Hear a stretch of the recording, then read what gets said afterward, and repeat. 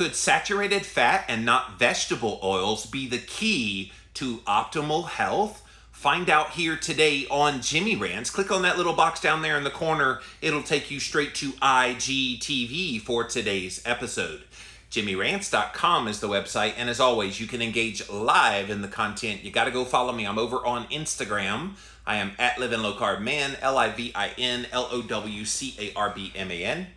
Once you're there, engage live, just like David and Berkeley and Rhonda and Cynthia and a lot of people coming in right now. Thank you all for being here today on Jimmy Rants. We do go live 11 a.m. Eastern Time, Monday through Friday, so show up. We'll always be here. We also simulcast live over here on my Facebook page where Crystal just popped in. What's up, guys? Thanks for being here as well. And then finally over on my YouTube video stream. Thank you all for being here today on Jimmy Rants.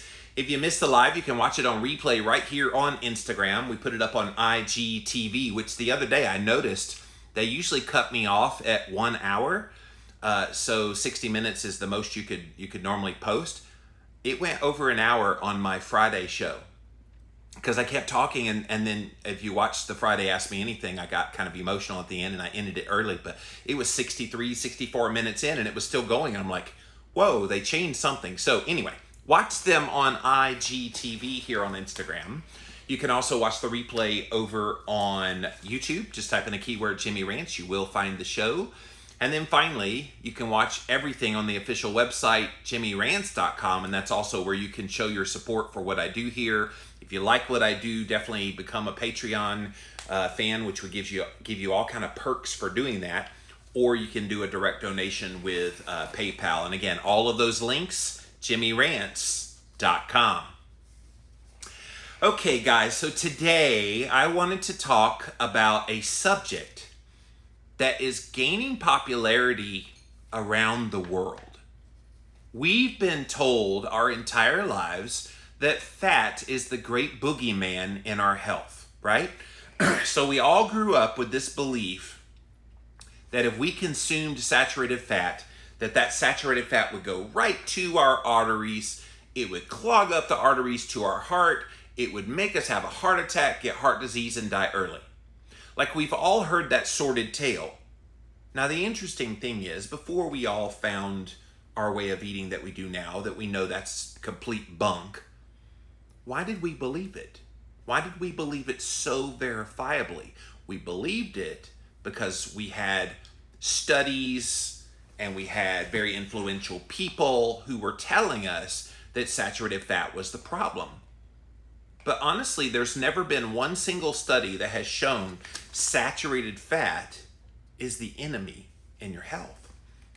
And in fact, quite the contrary. Now we're finding lots of studies that are showing that saturated fat is not only not unhealthy, it's actually very protective. It's actually very healthy for you to be consuming, to the point that it is, I would argue, one of the keys to an optimally healthy life.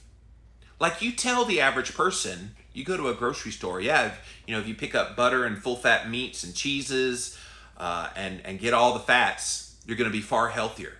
People would look at you funny. And the reason they do is the propaganda has worked. Fat phobia started really in earnest in the 1980s with the dietary guidelines. And the ones that are about to come out for this year, they're not going to be much better than those original ones that came out in 1980. Now, 40 years of evolution in the nutritional health science, surely we have gotten to a point where we now recognize that it's not the saturated fat that's the enemy. Because the unintended consequence, or the intended consequence, of having people lower their saturated fat content in their diet, the unintended consequence is they ate a whole lot more carbohydrate. And because carbohydrates were glorified as healthy whole grains, you need 60 to 70% of your nutrition coming from carbohydrates, so you'll have optimal brain health, so you'll have lots of energy. It was one of the greatest lies told to mankind in the history of the world. And yet here we are. And then, to add insult to injury, not only do they tell us cut your saturated fat, which there's never been any research to show it's harmful, Then they say replace it with what I would argue is the absolute worst food you could possibly put in your mouth, save maybe refined carbohydrates. So let's say it's 1-2 punch of refined carbohydrates and the vegetable oils.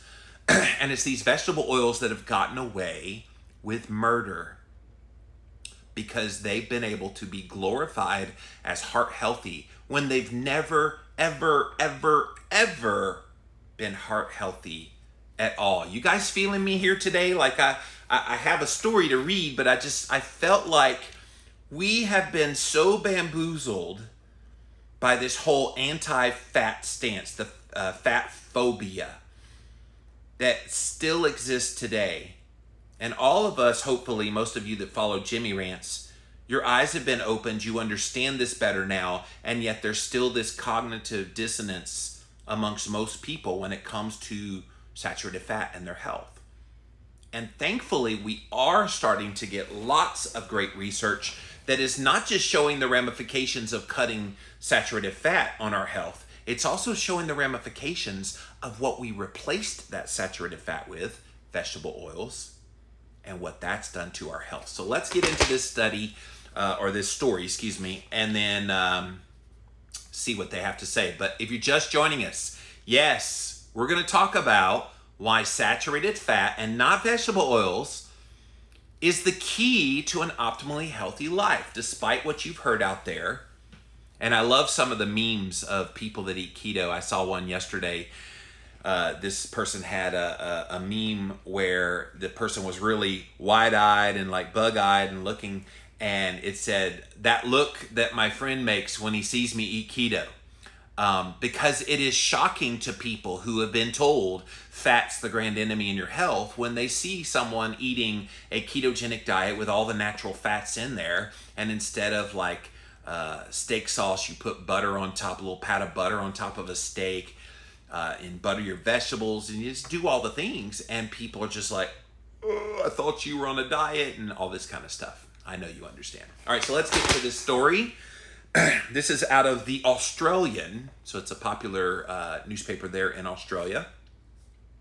How dairy and fat could save your life. You probably didn't see a couple weeks ago, there was a respected U.S. scientific publication called the American Journal of the American College of Cardiology, came out with a review of the literature saying there was no evidence that cutting saturated fats from your diet would help you live longer, and that eating much more of the much libeled lipids found mostly in red meat and dairy might actually help you avoid stroke. I went over on Jimmy Rants. I did that whole study. So if you want to go back and watch it, it's on replay here on IGTV as well as on YouTube. But yeah, I went over that complete study. It was an amazing study. Definitely check it out if you missed it. The fact that you probably didn't read about this study is no surprise. It is one in a long list of trials, studies, reviews, and meta-analyses that have found similar results and gone exactly the same way. This is the boogeyman, guys. They want to pretend like there's no evidence that saturated fat is anything but what they say. And we're seeing in 2020 how the media is very good at shaping a narrative. You get scientists that say, we want this message out there. The media obediently tries to shape that message in every story that they write. And then that message becomes the reality for people. But, oh, everybody talks about saturated fats, artery clogging. Everybody talks about saturated fats unhealthy. It's going to cause cancer. It's going to do this, going to do that. When there never was any evidence of it ever. And yet the opposite is we have lots of evidence that shows it's healthy. Ignored by people who create the dietary guidelines. This is the climate we're in. It is 2020. We're literally at the final stages of the 2020 through 2025 dietary guidelines about to be released. And they're not going to include any of the research that is showing that saturated fat really had no reason to be vilified. It's never been unhealthy. It's always been a part of an optimally healthy life. They're just not going to consider it, which is a shame. This issue with saturated fat was brought into focus last month. Again, this is from Australia, when an eye surgeon named Dr. James Mweke, I'm sorry if I slaughtered his name, Muecke, he was the Australian of the Year in 2020. He wrote that a flawed dietary guideline, which has obediently and blindly been followed for 40 years, is literally killing us. I got to get this guy on my podcast. He's awesome. We've been encouraged to eat less fat, consume more carbs, and yet we've never been fatter. Our teeth have never been more rotten, and type 2 diabetes and its complications have never been more prevalent. He is so right about all that. Federal Health Minister in Australia, Greg Hunt, responded with $2.5 million to review the guidelines, which were last updated in 2013. So Australia is also going through this whole process of trying to update their guidelines. We do it every 5 years in America. I think other countries do it just when they feel like there's new science to update. So surely fat is bad, and saturated fat has to be really bad, right? Well, that paper, which we mentioned earlier, listed some of the recent papers that contradict these dietary certainties. In other words, contradicts that saturated fat's unhealthy. There was the PURE study, prospective urban-rural epidemiological study, 135,000 people, 18 countries on 5 continents. It found that an increased consumption of all types of fat, including saturated, monounsaturated, and polyunsaturated fat, was associated with a lower risk of death, and it had a neutral association with cardiovascular disease. In other words, it was neither good nor bad. By contrast, a diet that was high in carbohydrate was what was associated with the highest risk of death. Why isn't that the headline all across America? The diets highest in carbohydrate are associated with the highest risk of death. If they gave that headline the COVID-19 treatment, where we have a running tally of bad news constantly thrown at us, that's some bad news that might wake some people up. And those who ate the most saturated fat had the lowest risk of stroke, which is consistent with the results from previous studies. A newly published study of 195,658 Brits over 10.6 years found no evidence that saturated fat intake was associated with cardiovascular disease. In contrast, the substitution of polyunsaturated fats, remember they're heavy in the vegetable oils, for saturated fat, which is in things like butter and dairy and meat, was associated with a higher cardiovascular disease risk. So when you substitute these healthy fats like saturated fats with all these fake fats, this is the other thing. These vegetable oils are not found in nature. They're only called vegetable oils. God knows why they call them vegetable oils, because there's no vegetables in them. It's a seed oil, a highly rancid, highly toxic for the human body, highly inflammatory oils. And yet they want to raise these up as if they are the way to optimally becoming healthy. When you learn about this, you get angry. When you see that heart health symbol from the American Heart Association plastered all over the vegetable oil aisle, next time you go to the grocery store, do that. Walk down the aisle that has corn oil, canola oil, all those nasty oils, rows upon rows upon rows of that crap. I want you to look on it and look for the heart health symbol from the American Heart Association, and you will become repulsed. How dare you tell people that that's going to be heart healthy when that very substance is the thing that's going to give people heart attacks along with carbohydrates. Some days I just go, wake up, people. How can you not see this? These are all examples of epidemiology, which can only prove associations, not actual causation. For that, you would need randomized trials, which are expensive and difficult. There have only ever been 8 of them, randomized controlled trials, in the question of whether saturated fat will cause heart disease. The authors of this paper we're talking about looked at the 6 most recent ones and a meta-analysis of those randomized trials. They wrote that the results showed that replacing saturated fat with polyunsaturated fat has no significant effect on coronary outcomes or on total mortality. You might have also missed a fascinating story about the deaths of 63 middle-aged men from Sydney, Australia in the early 70s. Listen to this, guys. It took place in the depths of a heart attack epidemic there.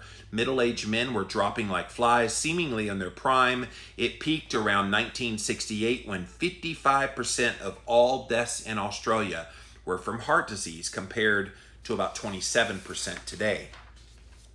The theory which had captured the debate, remember this was the late 60s, early 70s. So that was right at the height of when fat phobia was about to become codified in America in the dietary guidelines. So by the early 70s, Ansel Keys's theory about saturated fat in the diet causing heart disease because it raised cholesterol, blah, blah, blah, clog arteries, that had caught on. George McGovern had already kind of latched onto it, and it was about to become law just a few years later. So that's the context of what we're talking about here.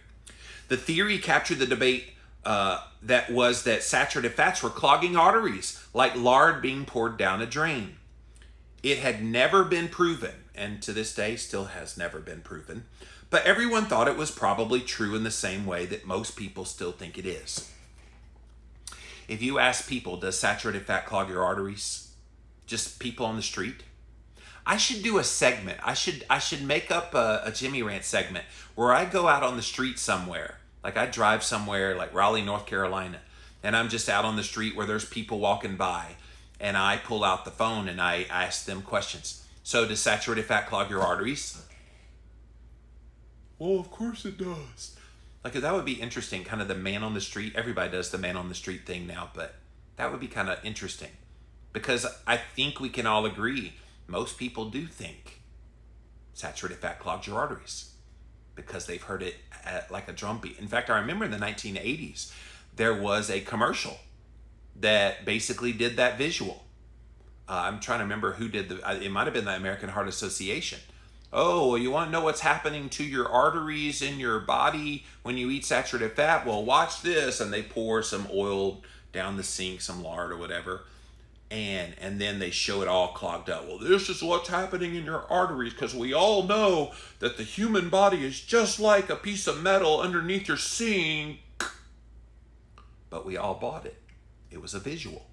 It was propaganda, but it was a visual. Sadly, propaganda works. When you tell people something verifiably happens, they believe it. They believe it.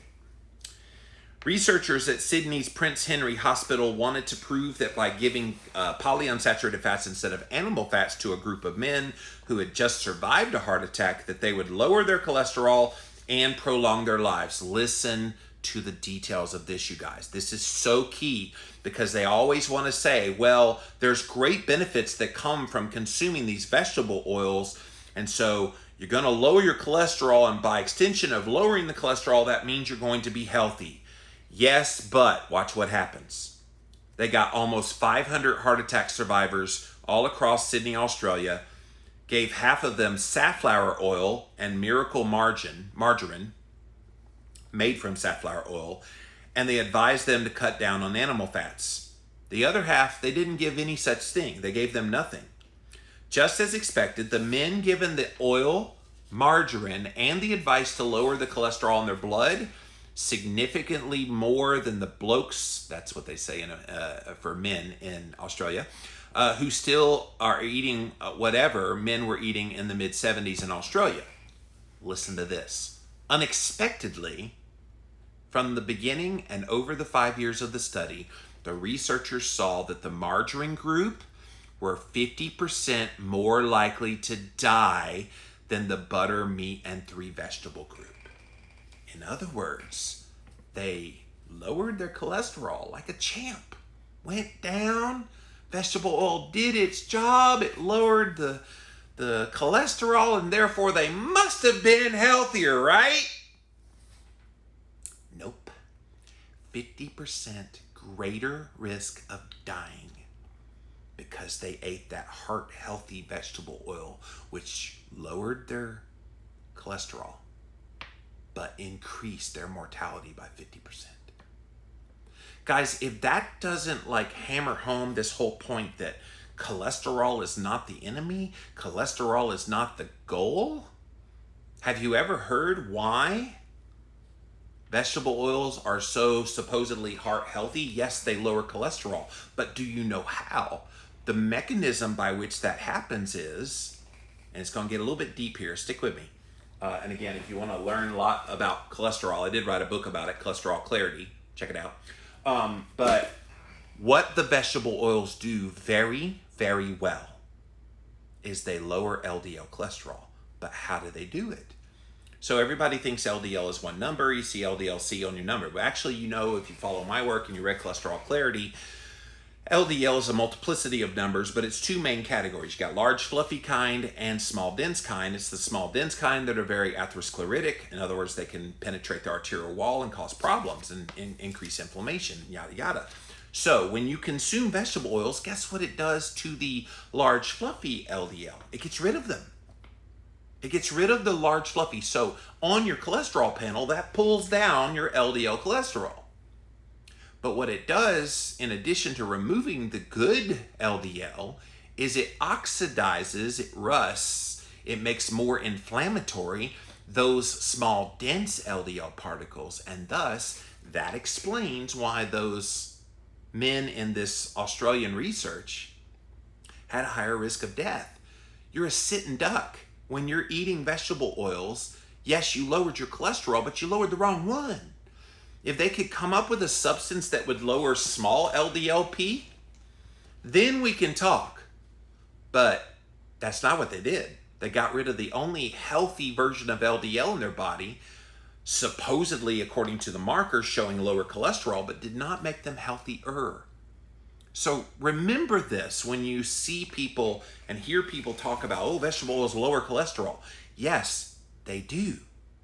But they don't lower your risk of death. In fact, they raise it by a factor of 50%. The researchers also looked for anything that was a confounding variable. Things like smoking, weight, age, exercise, but found nothing that could make sense of the numbers. At that time, the clinical and biochemical knowledge did not allow us to interpret our results. Remember, early 70s, the sophistication of testing advanced lipid panels, it didn't exist yet. It was coming in the 90s. But as of then, they were just confounded. They had no idea what was going on. Funding that had backed the study from the Life Insurance Medical Research Fund of Australia and New Zealand completely dried up, and they were under pressure to finish up. Recent suggestions are that the margarine company had put the financial squeeze on them owing to the fact that the results were heading. So the margarine company did not like the fact that, despite the fact it did lower their cholesterol, did not like the fact that there was a 50% increase in the risk of having a heart attack and dying. Not good. The main researcher at the time, they were not a significant sponsor. When the study was published in 1978, it only included total mortality figures and not specific heart attack numbers. They figured that total mortality was a more important number than heart attack deaths, but not including them made it easier to ignore. So like every other research paper that is funded by industry said, don't let this make us look bad, or you'll never get money from us again. And so they acquiesced and they fudged the numbers. Shocker. Like you haven't heard me talk about that, how they do that on the regular in these studies. While they have proved that margarine and vegetable oils lowered cholesterol, the Sydney Diet Heart Study, like the concurrent London Heart Study, was seen as a failure because it didn't prove the lipid hypothesis was true. That lowering cholesterol in a person's bloodstream by lowering their saturated fat intake would actually prevent heart disease. But it didn't matter because even then, saturated fat had already been convicted in the court of scientific and popular opinion. The Sydney study became a mere confounding footnote in the literature. We've seen a lot of these confounding footnotes before. France is a prime example. They eat a crap load of saturated fat in France. And yet France has some of the lowest heart disease risk in the entire world. Oh, that's the French conundrum. No, it's not the French conundrum. They have figured out a secret to optimally healthy life that the rest of the world hasn't figured out yet, apparently. And yes, they still have carbohydrates with that saturated fat, but obviously it's not to an extensive degree that it would cause problems with their heart. And yet they want us to just, well, it's just a conundrum, it's just a confounding, we don't know.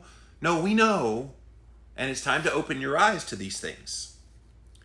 So fast forward 30 years. Remember, that was the early 70s. 30 years later, Dr. Chris Ramsden, a scientist with the U.S. National Institutes of Health, was onto a theory that the reason why some studies have shown a benefit from cutting out animal fats for polyunsaturated fats, which others had not, was because some of the polyunsaturated fats actually had omega-3 in them.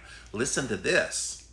Of the 8 randomized controlled studies that were done, 5 of them used an oil that had both omega-3 and omega-6 fats. Remember, those are the 2 essential fatty acids. Yes, too much omega-6 can be harmful to you, which is what these vegetable oils do. But omega-6 is an essential fatty acid. Omega-3 is an essential fatty acid, meaning you can't get them from your body. You have to eat them to get them. And they tended to show a small benefit to the study group, especially the ones where large amounts of omega-3 fish oils were used.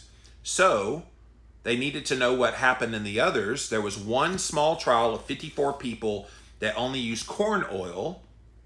5 of the corn oil group died compared to only 1 in the group that had no dietary advice. While those numbers were stark, they were also very small. That's where the Sydney study became crucial. There were no omega-3 oils in safflower oil or the miracle margarine that they used in the study. The published version of the study, however, was missing a lot of data and had no information on heart disease deaths, only all-cause mortality. Guys, this kind of stuff happens in the scientific literature all the time. So when you hear people say, well, this study says, well, do you really trust it now? If they're going to hide pieces of the study, there needs to be kind of more of an openness if we're going to rely on studies as the groundwork by which we make conclusions about what we do when it comes to nutritional health policy and recommendations for the public. You can't make recommendations based on half-truths. And if you don't share all the information, it's a half-truth. There's a reason why when you go to a court of law, they make you swear on the Bible to speak the truth, the whole truth, and nothing but the truth, so help you God. And they need to do the same thing in science as well. He tried contacting the head researchers, but they were all dead at this point. Their hospital was now a waterfront housing development. He found some helpful relatives who went rummaging through dusty boxes for him. They also came up empty-handed. Then a year or so after that, he found this gentleman, Dr. Lee Larthapin, on the internet. He told Ramsden that the reason they hadn't published the heart disease statistics was that the money had dried up and he needed to get it done. Statistics were difficult in the computer dark ages, so he went rummaging through his garage in the southern Sydney house that he lived in, through all the papers that they found and accumulated over 30 years at the one house. And there it was, a 9-track tape from an IBM 360 computer, which had all the punch card data. So he was able to look at every single person in the study and find out and the deaths, and find out what did they die from. He sent it off to California to be converted to a modern computer language, still not knowing what he's going to find, but when it came back, it exceeded all his expectations. He saw that there was a well-organized study with cholesterol measured throughout, along with dietary surveys completed every 4 to 6 months, so he knew what all the men ate and the details of all 63 men who died. One of the strengths of the Diet Sydney Heart Study is that they use 7-day food records, both at baseline and at regular intervals throughout the trial for over 7 years. On the tape, I was able to recover they had polyunsaturated fatty acid intakes at each time point. Using modern statistical methods, he confirmed that polyunsaturated fats did indeed lower their cholesterol by an average of 13%. But 17% of those on the diet died, compared to only 11% who ate butter and lard. Crucially for Ramsden, when he crunched the heart disease death numbers, they stacked up at the same ratio as the all-cause mortality. In other words, all-cause mortality was the heart attack death rate, but they couldn't say it. They didn't want to say it. It sounded softer to say all-cause mortality. All-cause meaning whatever they died of, everything. Whereas if they just did heart attack deaths, it would have been more stark, and they didn't want that splash. One problem was that some of the subjects in the meat and 3 vegetable control group took control of their own health. Listen to this. And followed what they had known was standard medical advice. In other words, they spontaneously, in this supposed control group that wasn't supposed to be having any polyunsaturated vegetable oil, margarine, fats at all, they switched over to them too. So thanks to the regular diet surveys that they filled in, he was able to determine that by doing this, they actually increased their chance of dying, leading to an underestimation of the adverse effects of the intervention. In other words, had those people in the control group not cheated and thought, well, I want to be healthy, so let me eat the margarine, they probably would have saved their lives. But some of them died because they did allow that, and they had all the meticulous notes of all that happening. Again, they never published this. This guy 30 years later is finding all this. So the results fed into Ramsden's broader view of the literature, where he was able to conclude that cutting saturated fat showed no evidence of any kind of benefit to cardiovascular health. These findings could have important implications for worldwide dietary advice to substitute omega-6, linoleic acid, or polyunsaturated fats in general for saturated fats. The U.S. is in the process right now of updating its dietary guidelines, and judging by a preliminary paper released last week, it will not be using this new paper. Well, that's a shame. And we know, I've done a couple of Jimmy Rants, 2-3 Jimmy Rants before, that they're not taking into account any study with the dietary guidelines here in America. They're not going to take into account any study that is looking at a nutritional modality in the treatment of some condition. So let's say it's a heart disease study. They're not going to account that. Whoa, dietary guidelines for general health, not for heart disease, or diabetes, or obesity. The list goes on and on. And it's silly that they don't even include that, because here's my thing. If it's good for heart disease and diabetes and obesity, why isn't it good for the general health of someone? Obviously, it would be. Nor will the Sydney Heart Study or any of the randomized controlled studies on saturated fat be included. A spokesperson for Australia's National Health and Medical Research Council said it was too early to say what studies will be considered. Remember, they're not on any kind of timetable. Here in America, it has to be out by the end of this year. In Australia, they don't have a timetable. Evidence found to meet the quality standards set by the review will be synthesized, translated into the Australian context, scrutinized through the rigorous guideline development process. This includes ensuring that the development of any recommendations is based on the body of the evidence and not determined by individual studies. Well, that's a bunch of hogwash. This is how they've gotten away with it for so long. Well, the totality of the science still shows us that saturated fat is very unhealthy. Okay, great. Show me the randomized controlled trial that shows that. Well, we have great epidemiological and meta-analyses of those epidemiological studies that absolutely prove it without a shadow of a doubt that it's true. Yeah, that doesn't prove anything. That just sets the hypothesis that you think it does that. Until you study it in a randomized controlled clinical trial, you don't know. And yet that's where we are. And that's the state of research. 50 years of demonizing fat has led to excessive consumption of sugar and refined carbohydrates, causing an explosion of type 2 diabetes. Diabetes is the leading cause of blindness in working age Australians. He has vowed, Dr. Mureke, to change the flawed dietary guidelines. This new paper confirms there's no link between natural dietary saturated fats and cardiovascular disease. foods like full-fat dairy, eggs, unprocessed meat, dark chocolate. It's a powerful study and should put the issue of saturated fat to bed forever. So guys, we don't need to be vilifying fat and dairy and all the other things we've been told to vilify. And the very thing they tell us to replace those things with is the real enemy in our health. Like, how did we get it so wrong? And here's the more important question. All right, most of us understand this. Most of us aren't eating vegetable oils anymore, or at least we're trying to eliminate them as much as possible. They sneak it into some keto foods, by the way. If you eat roasted almonds, you better turn it on the back, because 9 times out of 10, you're eating soybean oil, cottonseed oil, those kinds of things. So they do try to sneak it into some of our foods as well. But for the most part, most of us aren't doing it. But the problem is people out there in the world, the people you're trying to share about your keto journey with, they're still fearful of fat. They're still fearful of butter. They're still fearful of full-fat meat. They're buying chicken breast like it's going out of style, not realizing that a ribeye steak is far healthier. They're still just scared to death.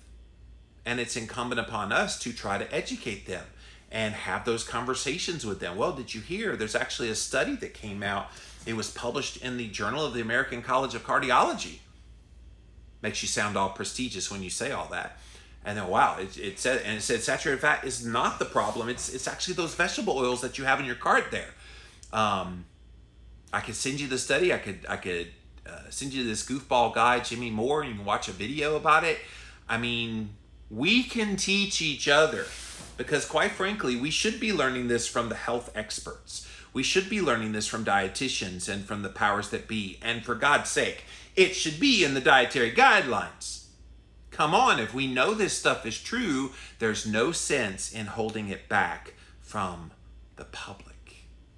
But that's why I'm here, guys.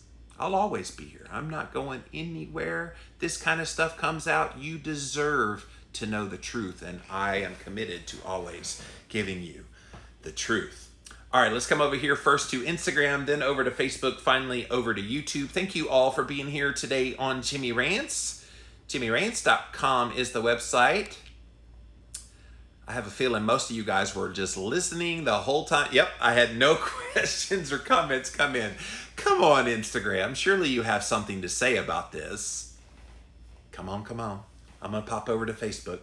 What's up, Facebook? Thanks for joining us here today. See if you have anything to say. Everybody's, it's Monday morning. Don't mess with me, Jimmy. Nope, nothing over here either. Wow. Okay, Teresa, you saved me. Thank you. Thanks for teaching me the truth. Even as a young kid, it never made sense to me that margarine was better than butter. Mama was a big-time low-fat dieter all throughout the 80s. And I remember she used to buy Country Crock was her favorite margarine. And of course, they put it in this brown container and it sort of kind of looked like butter. And we all ate it because that's what we were told was healthy. We were very trusting. And of course, when you're a kid, that's all you can be is trusting of the people that are your parents. But when we're adults, it's like, why don't we just naturally question things? I know it's not the first inclination that a lot of people have, but once you kind of see where they've lied to you about one thing, it's hard not to question them about everything. Stacy said mom was the grapefruit diet, cabbage soup diet, and on and on. Yeah, my mama, she used to have the peaches with the fat-free cottage cheese, and she ate the half of a grapefruit in the morning, another half at night. I'm like, Mom, aren't you hungry? Oh, I'm starving, but I'm losing weight. This is healthy. I'm like, doesn't look very healthy to me. But yeah, if you were a kid of the 1980s, it was a time and a half going through that, because that was like the height of low fatdom, like hitting everywhere. Berkeley says, sadly, until the American Medical Association says it, my family won't believe me. I know.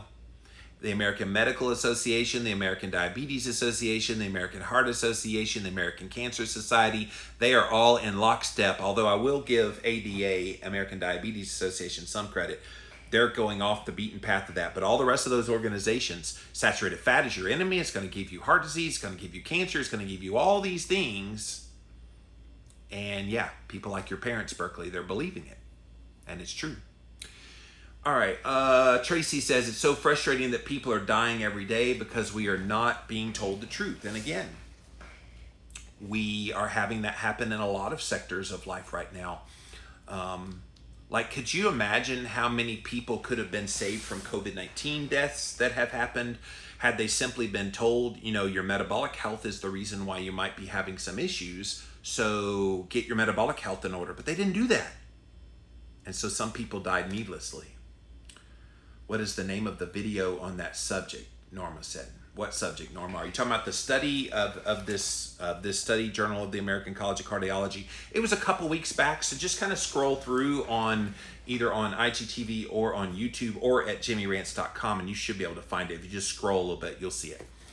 Holly says, I did Weight Watchers and lost and gained over and over. If Weight Watchers worked, they wouldn't still be in business. Well, it works.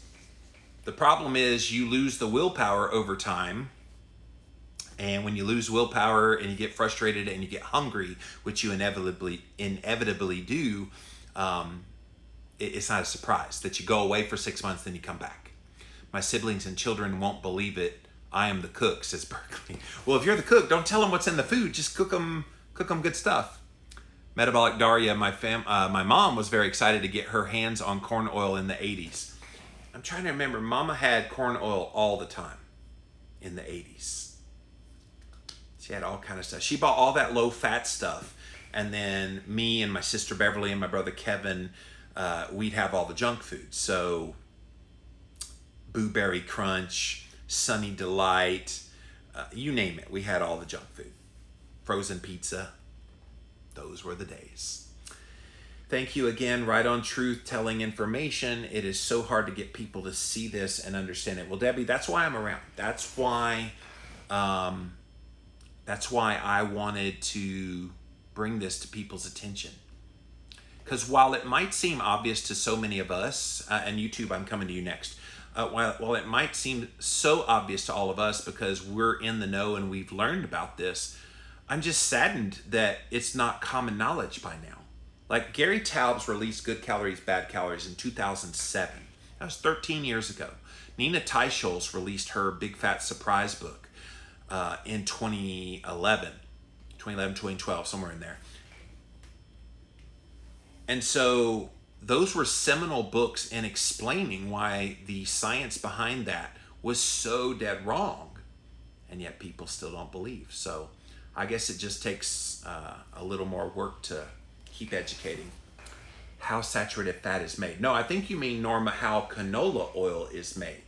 That's the one over on YouTube. If you type in how canola oil is made on a YouTube search, it is one of the darlings of the vegetable oil market. Everybody thinks it's so healthy, canola oil. Go watch that video and you won't touch that stuff with a 10-foot pole ever again. Deodorizers, bleacher, all kind of stuff just to make it humanly edible. No, thank you. All right, let's see what YouTube has to say. What's up, guys?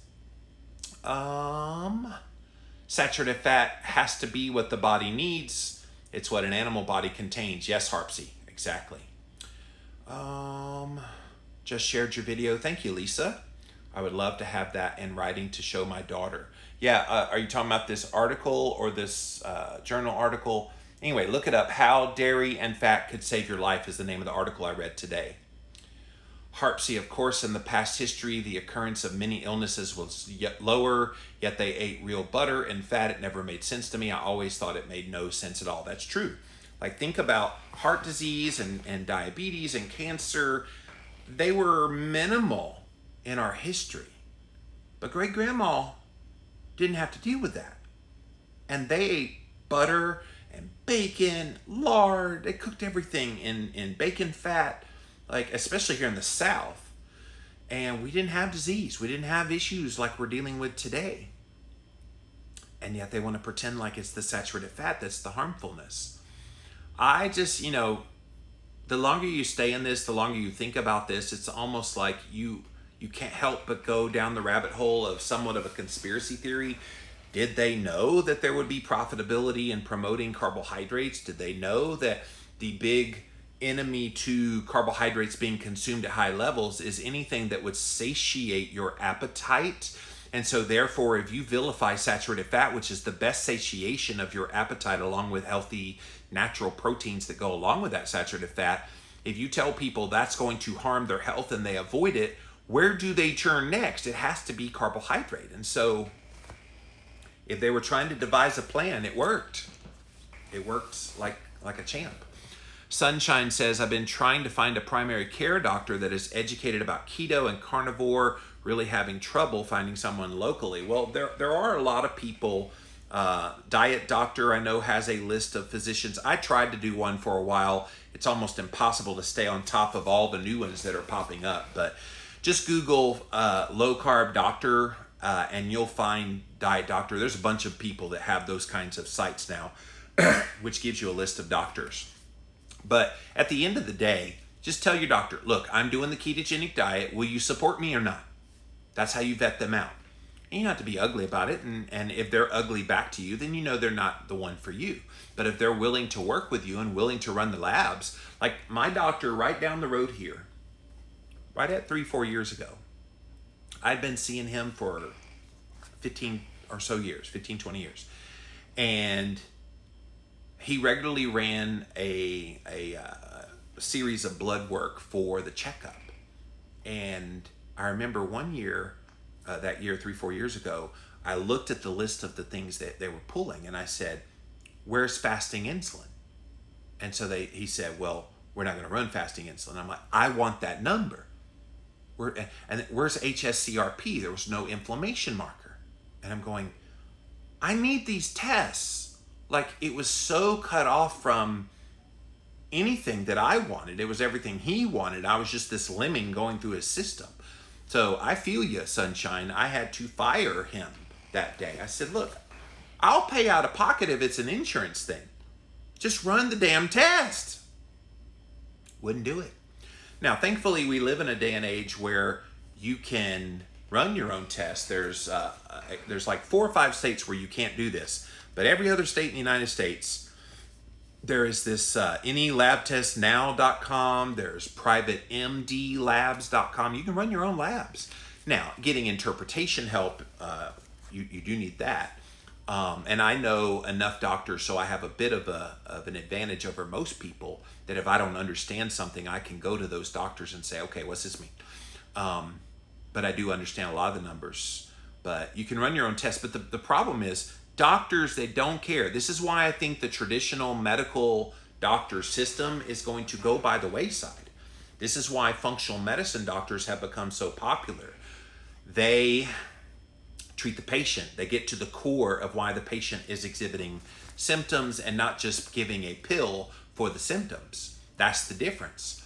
And even like beyond the medical system, even some of these like functional nutritionists and alternative health types of people, they're the ones that are actually making people better. So try to seek somebody like that out, Sunshine. Chimp says, Dr. Art Devaney, have him on as a guest. Yeah, I had him on. I've had Art on a couple of times.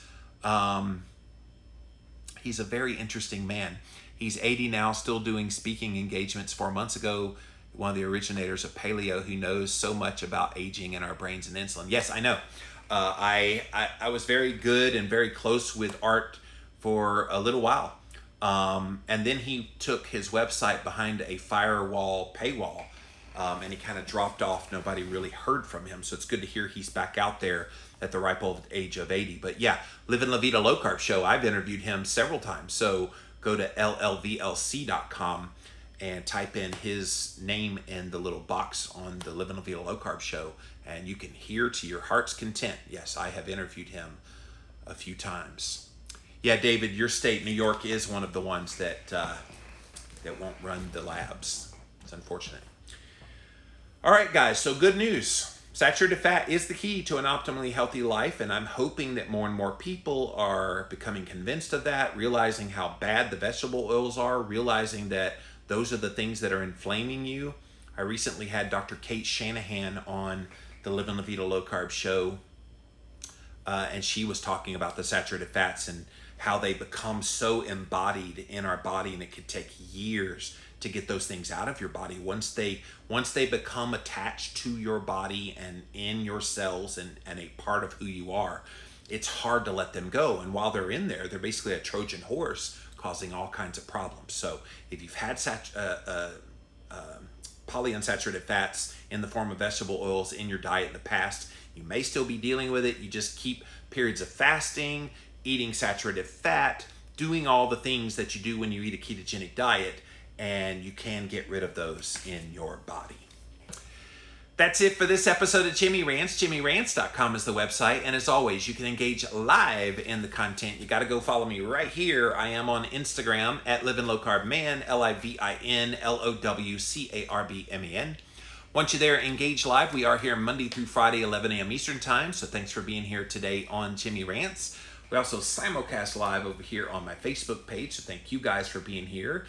And my friends over at YouTube, always great to see you here as well. Thank you all for being here today on Jimmy Rants. If you missed the live, you can watch it on replay here on IGTV.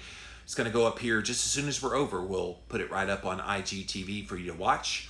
We also put the past episodes up over on YouTube. Type in a keyword, Jimmy Rants, you will find the show. Finally, pop on over to the official website for this show. It is JimmyRants.com. All the past episodes are there. And while you're there, if you like what I do here, definitely consider supporting my work. I am totally listener supported now, no sponsors at all. So if you want to support me and you like what I do and you feel like I give you good information, definitely click on the Patreon link or the PayPal link, and a donation of any amount would be greatly appreciated. All right, guys, that's it for now. We'll be back again tomorrow with more Jimmy Rants. Bye.